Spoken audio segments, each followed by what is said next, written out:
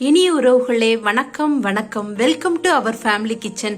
இன்னைக்கு நாம டீ கடையிலலாம் பார்க்கும்போது ரொம்ப அழகா அடுக்கி வச்சிருப்பாங்க. முட்டைக்கோசுன்னு சொல்லுவாங்க, அது பெடி போண்டான்னு சொல்லலாம். இது நம்ம வீட்டிலேயே ரொம்ப கிறிஸ்பியா டேஸ்டியா எப்படி பண்ணலான்றத பார்க்கலாம்.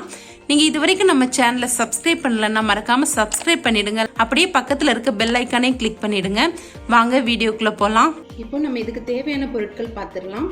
1 கப் மைதா, 1/2 கப் சுகர், 2 ஸ்பூன் பால், 1 ஸ்பூன் அரிசி மாவு, 2 ஸ்பூன் ரவை, 1 ஸ்பூன் நெய், 1 முட்டை, 1 பிஞ்ச் சால்ட்டு, 3 ஏலக்காய், 1 பிஞ்ச் ஆப்ப சோடா. இவ்வளோதான் தேவையான பொருட்கள். நாம் இதை எப்படி பண்ணலான்றதை பார்க்கலாம். இப்போ மிக்ஸி ஜாரில் 1/2 கப் சுகர் எடுத்துருக்குறோம்ல, அதாவது 100 கிராம் அளவுக்கு சுகர் எடுத்து வச்சுருக்குறோம். இதை உள்ளே சேர்த்துக்கலாம். இதோட இந்த 3 ஏலக்காவும் சேர்த்துக்கலாம். சேர்த்து நல்லா பொடி பண்ணிட்டு வந்துடலாம். இப்போ சுகர் பொடி ஆயிடுச்சு. இதில் ஒரு முட்டையை சேர்த்துக்கலாம். ஃபர்ஸ்ட்லேயே முட்டையும் சேர்த்து அடப்பட்டா சுகர் ஒழுங்காக பொடி ஆகாது, அதனால தான் 2வது சேர்க்குறேன். இப்போ இதை அரைச்சிட்டு வந்துடலாம் மிக்சியில். இப்போ அடுத்ததாக ஒரு பாத்திரம் எடுத்துக்கோங்க. இதில் நம்ம எடுத்து வச்சுருக்கிற 1 கப் மைதா சேர்த்துக்கலாம். அடுத்து அரிசி மாவு, ரவை, சோடா மாவு, உப்பு, பால், நெய்,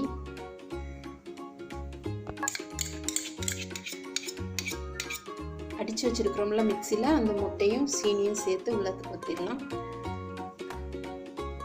இப்போ கையில் எண்ணெய் தடவிக்கோங்க. நல்லா தடவிட்டு இதை நல்லா பிசைஞ்சு கொடுத்துடலாம்.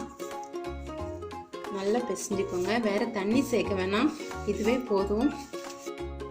இப்போ நல்ல மாவு ரெடி ஆயிடுச்சு. இந்த மாதிரி ரெடி ஆயிடுச்சு. இதை நம்ம சின்ன சின்ன உருண்டையாக உருட்டி எண்ணெயில் கொதிக்கிற எண்ணெயில் போட்டு பொரிச்சு எடுத்துக்கலாம்.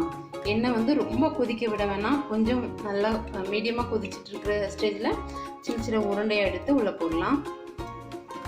இப்போ இந்த சைஸில் எடுத்துட்டு இதை இப்படி நல்லா உருண்டையாக உருட்டிக்கலாம்.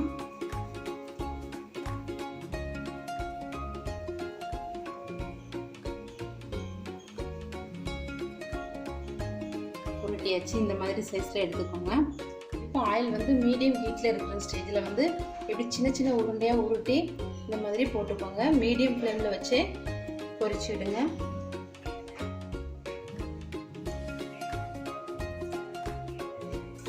இப்போ பார்த்தீங்கன்னா ஒரு பக்கம் கொஞ்சம் வெந்த உடனே அடுத்த பக்கமாக லேசாக திருப்பி போட்டு வேக வச்சுக்கலாம். பார்த்தீங்கன்னா அதிலே லைட்டை நம்ம எதுவுமே பண்ண வேண்டியதில்லை, அதுவே வெடிப்பு வந்துடும் தானா, அதுவே வெடிச்சு வரும். இப்போ இதை திருப்பி போட்டுக்கலாம்.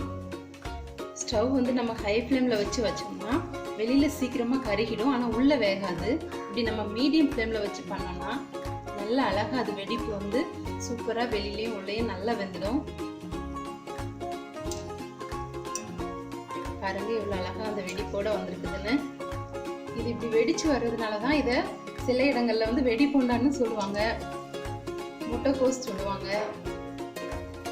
கடை கஜடா, இப்படி நிறைய பேர் உண்டு இதுக்கு. இப்போ பார்த்தீங்கன்னா நல்லா ப்ரௌன் கலரில் நல்லா பொரிஞ்சு சூப்பராக 2 பக்கமும் ஃப்ரை ஆகிடுச்சு. பார்த்தாலே தெரியும் உங்களுக்கு, நல்லா 2 பக்கமும் ப்ரௌன் ஆகிடுச்சு.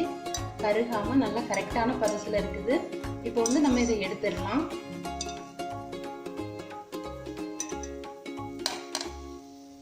இப்போ பாருங்கள் ஃப்ரெண்ட்ஸ், சூப்பராக வெடி போண்டா ரெடி ஆகிடுச்சு.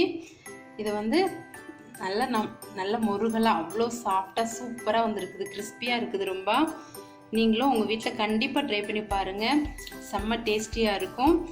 கடையில் கிடைக்கிற அதே டேஸ்ட்டோடே இருக்கும், அதே மாதிரி மொறுமொறுப்பாக சூப்பராக இருக்கும். ட்ரை பண்ணி பார்த்துட்டு எப்படி இருந்ததுன்னு கமெண்ட்டில் சொல்லுங்கள். மறக்காமல் நம்ம சேனலை சப்ஸ்கிரைப் பண்ணுங்கள், லைக் பண்ணுங்கள், ஷேர் பண்ணுங்கள். பக்கத்தில் இருக்க பெல் ஐக்கானே கிளிக் பண்ணிவிடுங்க. Thank you friends.